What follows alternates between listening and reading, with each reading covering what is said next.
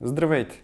Като част от втората ни краудфандинг кампания, всеки, който подкрепи пряко проекта Златната ябълка и направата на нашия пилотен епизод, ще получи достъп до ежемесечни ексклузивни видеологове, които ще документират самия процес.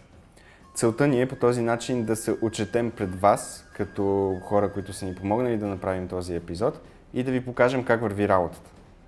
Това е първия от тези видеоблогове, като в това видео ще обясним през какви етапи минава направата на един епизод на Златната ябълка и как всъщност се прави един анимационен сериал и защо отнема толкова много време и са необходими толкова много хора, за да се направи един епизод. Първо, разбира се започва с идеята. Като идеята в случая не е искаме да направим анимационен филм, а по-скоро това е така нареченият дизайн елемент. Тоест, каква е поуката и какви са поуките, които искаме този анимационен филм да носи. Една от идеите зад проекта Златната ябълка беше да вземем всичко най-положително от нашия фолклор и да го представим по съвременен начин. Така се роди и дизайн елемента зад сериала. Самият дизайн елемент е само няколко изречения и ще може би едно от малкото неща, които ние никога няма да споделим, защото биха развалили гледането на самия сериал за зрителите. Но това е поуката, с която искаме зрителя да си тръгне след като изгледа всички епизоди. След като решим каква е идеята на сериала или след като се спрем на един дизайн елемент, който е ясно формулиран, започва сценария. Сценария трябва да изгради конфликта и персонажите по такъв начин, че разрешението на този конфликт да води към тази поука, т.е. да води към този дизайн елемент.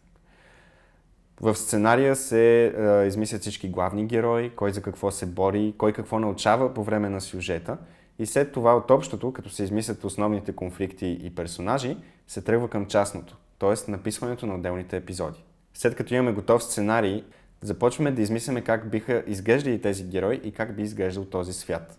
Дизайна се дели условно на два типа. Нека първо започнем с персонажите. Всеки персонаж минава през няколко етапа, докато се стигне до финалния му дизайн. Главният дизайнер на персонажа получава кратко описание на характера на този герой и започва да нахвърля идеи. Целта ни на този етап е да минем през максимално много силуети и идеи максимално бързо. Затова тези скици са много бързи, има съвсем малко детайл в тях. Правим много скици, в един момент идва арт-директора, преглеждаме скиците с главния дизайнер. Определяме няколко от тях, които смятаме за по-интересни и продължаваме да ги развиваме, като добавяме детайли към всяка скица и разработка. В случая, примера, който виждаме, е Искра. Що се отнася до костюма на Искра, тук използваме цветовете на град Хан, защото Искра е от град Хан. За да може всеки аниматор да рисува героите така, че те да изглеждат все едно са рисувани от един човек, е необходимо да се направи една много подробна документация. Примера, който виждаме в момента е с Бран. Тук виждаме turnaround, който показва как се рисува Бран от абсолютно всяка гледна точка. След това виждаме разбивка на основните форми, които изграждат дизайна. Тук виждаме различни изражения, които Бран прави.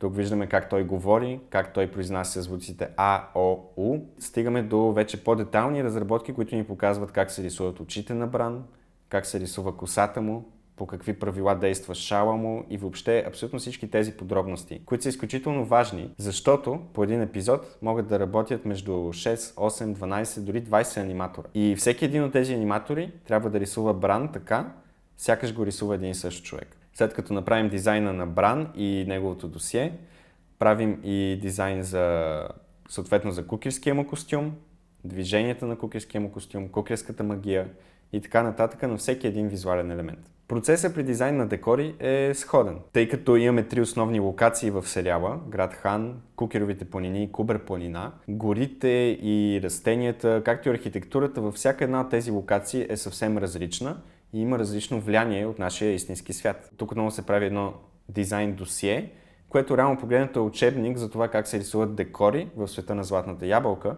и какви са правилата, по които се рисуват тези декори. Имаме дизайна на света, персонажите и декорите са готови. Следващата стъпка е сториборд. При сториборд артиста, който е специализиран художник, отива сценария, както и тези дизайн досиета. Като всичко останало, сториборда минава през различни етапи. Тук виждаме тъмбнейл от късометражния филм Легенда за първия кукер. Това се прави, за да може максимално бързо да се тестват различни визуални похвати и да се прецени кой е най-въздействащия похват да се разкаже този сюжет. След като сториборда се изчисти няколко пъти, започва да се сглабя аниматика. Аниматика е нареждането на различните картинки една след друга и добавянето на музика и диалог. Целта е да се чуе колко време отнема да се кажат определени реплики, да се види какъв е ритъма на музиката, да се направи първия монтаж на филма и да се прецени какво действа и какво не. Отново минават различни версии. Тук виждаме различни версии на филма Легенда за първия кукер. Нещата се изчистват все повече и накрая вече имаме един изчистен аниматик с първия вариант на саундтрака, с гласовете на персонажите и можем да преценим дали сюжета действа или нещо трябва да се подобри или промени. След като емоциите на персонажите и последователността, в която се случва и показва действието, са решени на ниво сториборд, сториборда отива при лейаут артист. Целта на лейаут артиста е да вземе тези персонажи и да скицира декор и движения на камерата, които още повече да допринесат за разказването на историята по най-ефективния и най-въздействащия начин. Тук виждаме прогресията на един кадър от Легенда за първия кукер от сториборд ниво, в което виждаме, че персонажа стои и гледа над една долина и как този кадър минава от сториборд към лейаут, тестват се различни похвати и подходи, добавя се града, виждаме няколко града, в един момент решихме, че не е нужно да има повече от един град. Персонажът сменя позицията си, за да се покаже, че той е триумфиращ, че той печели и че в случая той е спасил Кукерово. Вече се маркира и самата атмосфера на сцената. Виждаме, че нещата са много приповдигнати, много щастливи и по този начин ние допринасяме още повече за емоционалната сила на тази история. Всички лейаути се подреждат в една рисунка и се дават на специализиран художник, който е специализиран в работата с цвят. Ние вече имаме емоцията на героите, които са маркирани на ниво сториборд, имаме композициите, които са направени на ниво лейаут, и добавяме още едно ниво на сюжет и на емоция, което е цвета. Цвета за целият късометражен филм или целият епизод се разработва едновременно, защото той също се използва, за да се разкаже сюжет. Например, в началото на Легенда за първия кукер се използват много студени цветове, много убити, много мрачни цветове, всичко е синьо, бяло, отровно зелено. Въобще цветове, които карат зрителя да се чувства неспокоен и некомфортно. Например, самодивите имат много по-меки цветове, розово, по-спокойно синьо. Нещата там са много по-спокойни и хармонични. Художниците по декори съответно взимат цветовите разработки, взимат готовия лейаут, взимат досието за декора и започват да финализират рисунките, като трябва да спазват композицията от лейаут. Аниматорите взимат лейаута, виждат каква е композицията и какви са размерите на персонажите в него и започват да ги анимират, използвайки тези досиета, за които говорихме в дизайн частта. Тези два процеса върват паралелно, като накрая имаме готов оцветен декор за всяка сцена, както и готова оцветена анимация пак за всяка сцена. За да раздвижи аниматора персонажа, той прави около 12 рисунки на секунда, като софтуера, който използваме, помага, но все пак рисунките си остават и аниматора трябва да работи много, за да се получи добро, гладко и интересно движение. След като имаме финалната анимация и финалния декор, следва последния етап от продукцията на един анимационен филм, а именно композитинга или сглабянето на тези елементи. Композитинг артиста комбинира финалната анимация с финалния декор, добавя цветови корекции, сянка, светлина, специални ефекти, в случая кукерска магия и абсолютно всичко необходимо, за да може персонажът да изглежда така, сякаш е част от този свят. Кукерската магия в Легенда за първия кукер беше специално разработена, базирана на български шевици, като трябваше да използваме специален софтуер, който сами подготвихме, за да я анимираме. След композитинга, филма се праща за записване на финалния диалог, записва се финалната музика, заедно с цял оркестър, добавят се начални и крайни кредити, добавят се финалните звукови ефекти по движенията на героите и анимационният филм е готов. Малко статистика, филма Легенда за първия кукер има 76 сцени, като всяка сцена е минала през абсолютно всички етапи, които описах току-що. Един 24-минутен епизод на сериала Златната ябълка най-вероятно ще има около между 400 и 700 сцени, като всяка сцена също трябва да мине през тези етапи. Това е необходимо, за да можем да разкажем историята ни по най-въздействащия и ефективен начин и за да може този продукт и този сериал да е абсолютно конкурентно способен на сериалите и продуктите, правени извън България.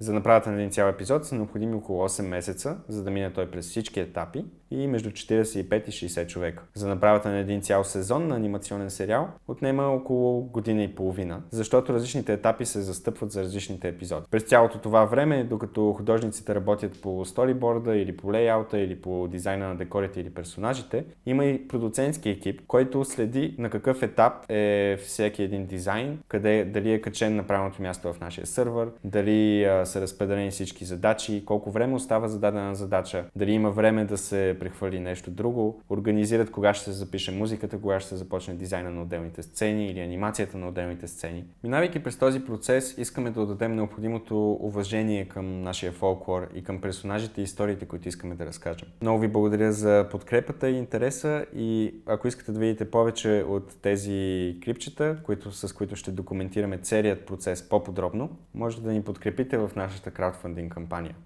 Благодаря ви!